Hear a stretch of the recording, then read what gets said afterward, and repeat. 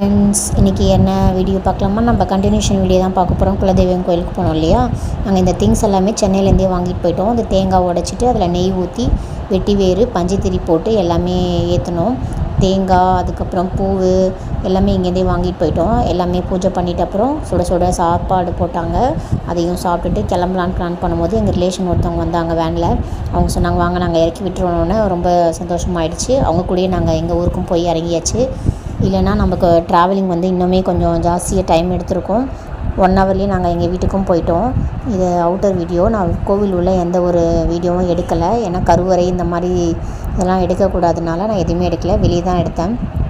மாசி மாதம் இங்கே பார்த்திங்கன்னா செம்ம ஒரு ரஷ்ஷாக இருக்கும். கால் வைக்க கூட இடம் இருக்காது, அவ்வளோ ஒரு ரஷ் இருக்கும். எல்லா ஊர்லேருந்துமே வருவாங்க அந்த டைமில். ரெனோவேஷன் ஒர்க் கொஞ்சம் போயிட்டுருக்கு. இதை முடிச்சுட்டு நாங்கள் அப்படியே எங்கள் ஊருக்கும் போய் ரீச் ஆகிட்டோம். அங்கே பக்கத்தில் பார்த்திங்கன்னா ஒரு நாய்க்குட்டியும் ஒரு கண்ணுக்குட்டி கோழி எல்லாம் விளையாண்டுட்டு இருந்தாங்க.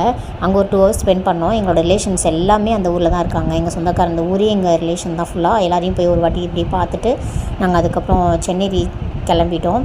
அன்றைக்கி ஈவினிங்கே டிக்கெட் போட்டாச்சு. எங்கள் பஸ் இந்த டேர்னிங்கில் தான் நிற்கும். அங்கே நிற்கும் போது இந்த சீனரிஸ்லாம் நல்லா இருந்தது. அதை எடுத்து உங்களுக்கு ஷேர் பண்ணலான்னு எடுத்தேன். யாரெல்லாம் இந்த மகாலய அமாவாசைக்கு உங்கள் குலதெய்வம் கோயிலுக்கு போனீங்கன்றதை ஷேர் பண்ணுங்கள், கமெண்ட் பண்ணுங்கள், சப்ஸ்கிரைப் பண்ணுங்கள், லைக் பண்ணுங்கள். சென்னையும் ரீச் ஆயாச்சு. இதே மாதிரியான ஒரு நல்ல வீடியோவில் நெக்ஸ்ட்டு உங்களை பார்க்கலாம். பாய்.